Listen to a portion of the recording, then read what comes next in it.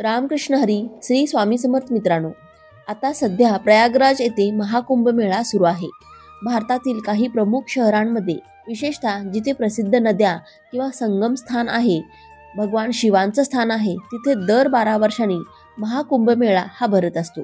यात प्रामुख्याने आपल्या महाराष्ट्रातल्या नाशिकमधल्या त्र्यंबकेश्वर येथे, उत्तराखंडमधल्या हरिद्वार येथे आणि उत्तर प्रदेशातील प्रयागराज येथे आणि मध्य प्रदेशातील उज्जैन या ठिकाणाचा देखील समावेश होतो. प्रत्येक हिंदू धर्मीय व्यक्तींसाठी कुंभमेळा म्हणजे मोठ्या श्रद्धेचा विषय आहे. कुंभमेळ्याचं सर्वात मोठं कुतूहल हे आहे की यामध्ये लाखोंच्या संख्येने सामील होणारे अघोरी साधू, जे नागा साधू म्हणून ओळखले जातात. यामध्ये पुरुष तसेच महिला देखील आपल्याला नागा साधूंच्या स्वरूपात पाहायला मिळतात. या व्हिडिओमध्ये आपण नागा साधू नेमके कसे तयार होतात, विशेषतः महिला नागासाधू बनण्यासाठी कोणकोणत्या गोष्टी विचारात घेतल्या जातात, कोणता त्याग त्या महिला करतात, याबद्दलची सविस्तर माहिती आपण जाणून घेणार आहोत. तेव्हा हा व्हिडिओ संपूर्ण पहा आणि चॅनलवरती नवीन असाल तर सबस्क्राईब करा आणि तुम्ही जर सनातनी असाल तर व्हिडिओला एक लाईक करून कमेंटमध्ये ओम नमः शिवाय नक्की लिहा. नागासाधूंची ओळख ही वेगवेगळ्या कुंभमेळ्यावरून होते, कारण कुंभमेळ्याची त्यांची विशेष नातं आहे. असं म्हणता येईल की नागासाधूंच्या समाजातील ओळखीमध्ये कुंभमेळ्याची विशेष भूमिका आहे. कुंभ आणि लंगोट यांचा देखील संबंध आहे. नागासाधूंचं जीवन खूप कठीण असतं. त्यांना ऊन किंवा थंडीचा त्रास देखील होत नाही. नागासाधू बनण्याची प्रक्रिया अतिशय कठीण आणि मोठी सुद्धा असते. नागासाधूच्या पंथात सामील होण्यासाठी सुमारे 10 वर्ष लागतात. असं म्हटलं जातं की भारतामध्ये नागासाधूंची संख्या ही 5 लाखांपेक्षा सुद्धा जास्त आहे. अर्धकुंभ, महाकुंभ आणि सिंहस्थ दरम्यान नागासाधू बनण्याची प्रक्रिया ही सुरू होत असते. संत समाजाच्या 13 आखाड्यांपैकी फक्त 7 आखाडे हे नागासाधू बनण्याचं काम करतात. त्यामध्ये जुना, महानिर्वाणी, निरंजनी, अटल, अग्नी, आनंद आणि आवाहन हे एकूण 7 आखाडे आहेत. नवीन सदस्य पूर्णपणे पंथात समाविष्ट होईपर्यंत लंगोटाशिवाय दुसरं काहीच परिधान करत नाही. जणू काही सगळ्याच गोष्टींचा त्यांनी त्याग केलेला असतो. कुंभमेळ्यामध्ये शेवटचं व्रत घेतल्यानंतर ते लंगोट देखील सोडून जातात आणि आयुष्यभर तसंच राहतात. कोणताही आखाडा पूर्ण धार्मिक खात्री केल्यानंतरच पात्र व्यक्तीला प्रवेश देतो. आधी त्या व्यक्तीला दीर्घकाळ ब्रह्मचारी म्हणून जगावं लागतं. मग त्याला महापुरुष बनवलं जातं आणि नंतर अवधूत बनवले जाते. अंतिम प्रक्रिया महाकुंभादरम्यान होते, ज्यामध्ये त्याला स्वतःचा पिंडदान आणि दंडी संस्कार देखील करावे लागतात.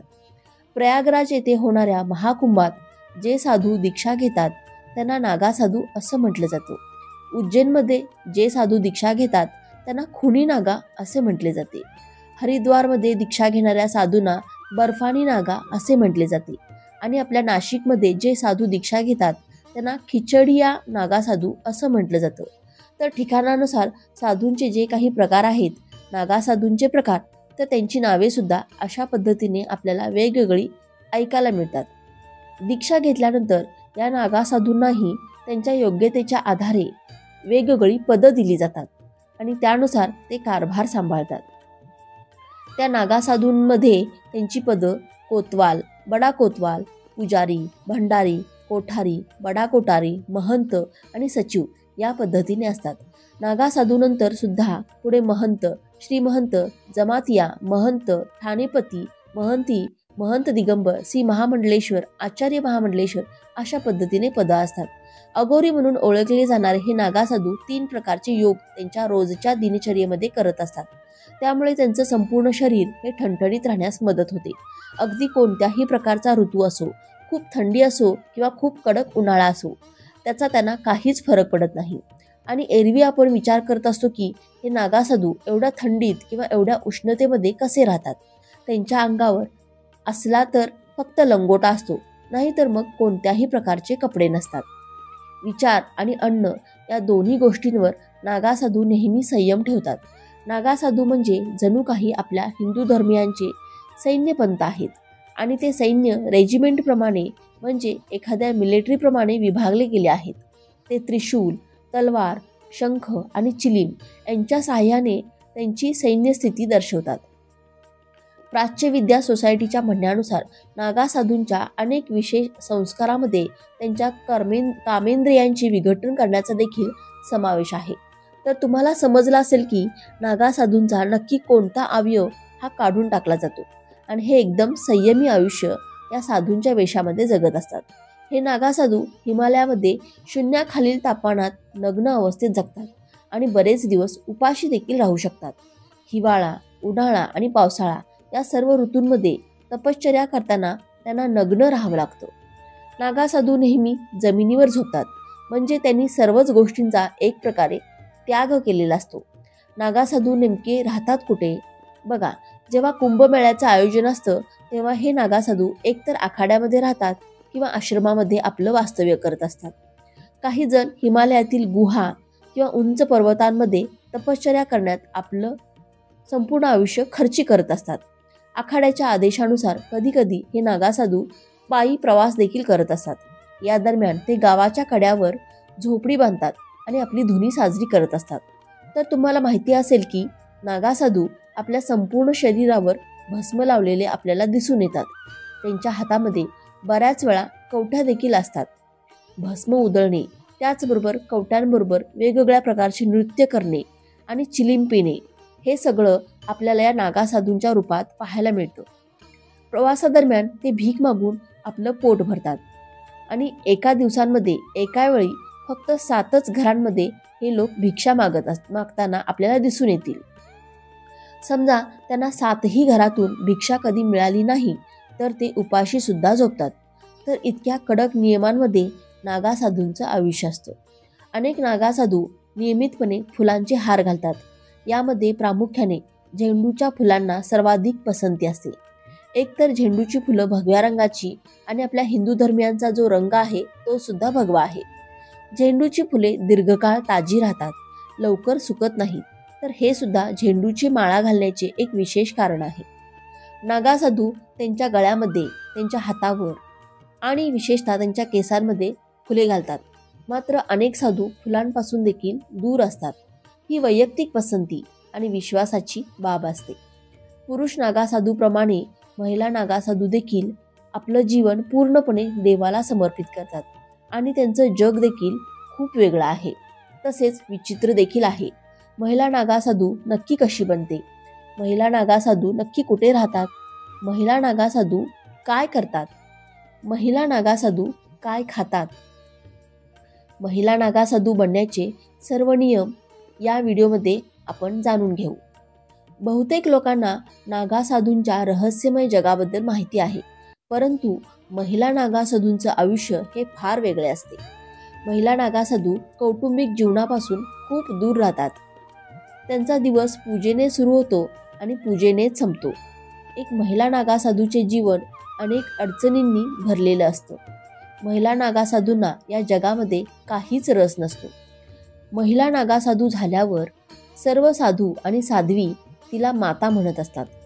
मईबडामध्ये महिला नागा साधूंचा देखील समावेश आहे, ज्याला आता दशनाम संन्यासी आखाडा असं देखील म्हटलं जातं. नागा ही एक प्रकारची उपाधी आणि पदवीच आहे.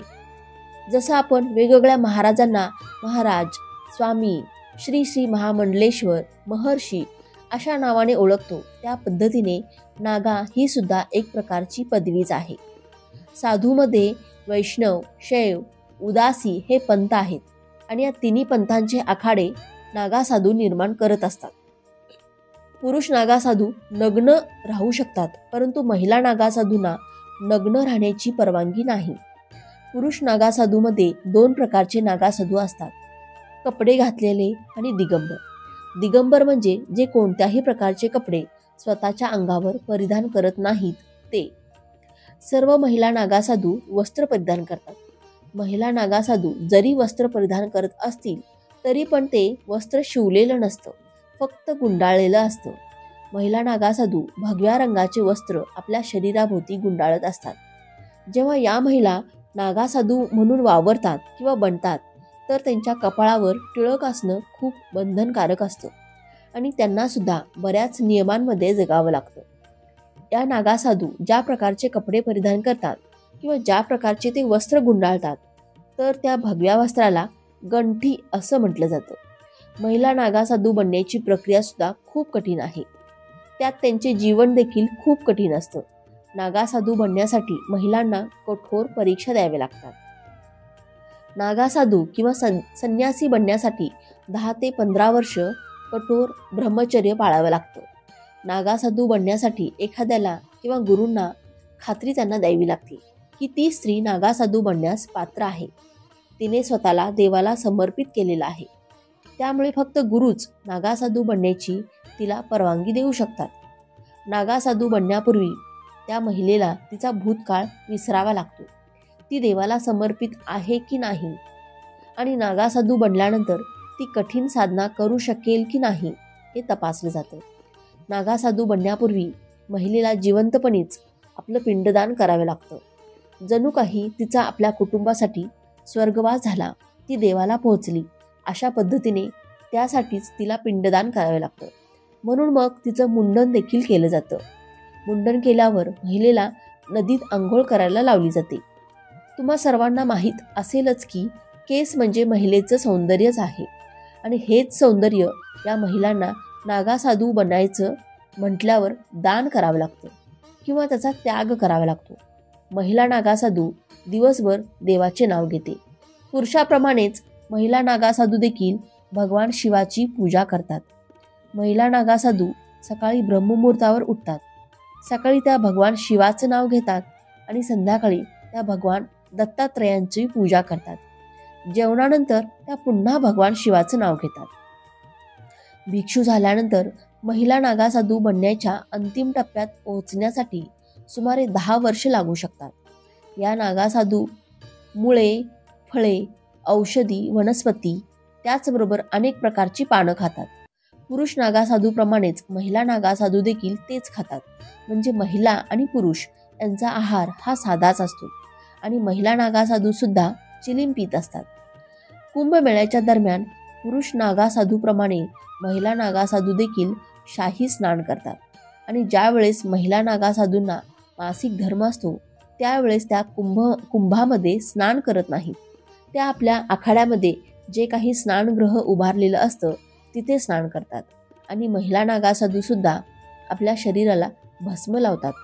महिला नागासाधूच्या निवासासाठी स्वतंत्र आखाड्याची व्यवस्था केलेली असते. या महिला नागासाधू कधीही आपले केस विंचरत नाहीत. म्हणून आपल्याला त्यांचे केस अशा पद्धतीने म्हणजे थोडेसे रहाट, जाड झालेले पाहायला मिळतात. मग ते पुरुष असो किंवा महिला, दोघांचेही केस आपल्या केसापेक्षा थोडे वेगळेच पाहायला मिळतात. पुरुष नागासाधू नदीत स्नान केल्यानंतर महिला नागासाधू नदीत स्नान करायला जाते. आखाड्यातील महिला नागासाधू साध्वींना माई, अवधूतानी किंवा नागिन असं सुद्धा म्हटलं जातं. तर मित्रांनो, प्रयागराज येथे सुरू असलेल्या महाकुंभाच्या निमित्ताने या व्हिडिओच्या माध्यमातून आपण अघोरी जीवन जगणाऱ्या या नागासाधूंची संपूर्ण माहिती पाहिली. बऱ्याच वेळा आपण सुद्धा पवित्र तीर्थक्षेत्री स्नानासाठी जातो किंवा पूजेसाठी जातो. कधी कधी आपण प्रसिद्ध देवालयांना सुद्धा भेटी देण्याचं किंवा त्यांचं दर्शन घेण्याचं काम करतो. तर तिथे आपल्याला कधी नागासाधूंचं किंवा कोणत्याही प्रकारच्या साधू संतांचे दर्शन झालं तर आपण त्यांची आपापसामध्ये खिल्ली उडवू नये. अर्थातच यांची जी काही वेशभूषा असते नागासाधूंची ती थोडीशी वेगळी असते. मग बऱ्याच वेळा आपल्याकडून ही चूक घडते की आपल्यातलेच काही जण त्यांचा अपमान करतात किंवा त्यांना आपापसात का होईना उलटसुलट बोलत असतात. पण असं अजिबात करू नका. ज्या धर्मात आपण जन्म घेतला त्या धर्मातल्याच या महान व्यक्तींची आपण चेष्टा करणं कितपत योग्य आहे. जशी आपल्या संपूर्ण भारत देशाला एका चांगल्या सैन्याची, एका चांगल्या मिलिटरीची आवश्यकता असते, त्याचप्रमाणे आपला हिंदू धर्म सांभाळण्यासाठी या अघोरी साधूंची गरज नक्की आहे. आणि ते आपल्या हिंदू धर्माचे, हिंदू पंथाचे सैन्य आहेत. अशा पद्धतीने त्यांची ओळख आहे. त्यामुळे त्यांचा आदर आपण ठेवलाच पाहिजे. तर पहा, व्हिडिओ आपणास कसा वाटला या व्हिडिओच्या प्रतिक्रिया आपण कमेंटद्वारे आम्हास नक्की कळवा. तसेच व्हिडिओला एक लाईक करा आणि चॅनेलला सबस्क्राईब करून आम्हाला प्रोत्साहित करा. तसेच हा व्हिडिओ संपूर्ण पाहिल्याबद्दल आपणा सर्वांचे मनःपूर्वक आभार. धन्यवाद. श्री स्वामी समर्थ. राम कृष्ण हरी. जय श्रीराम. जय श्री कृष्ण. जय माता लक्ष्मी.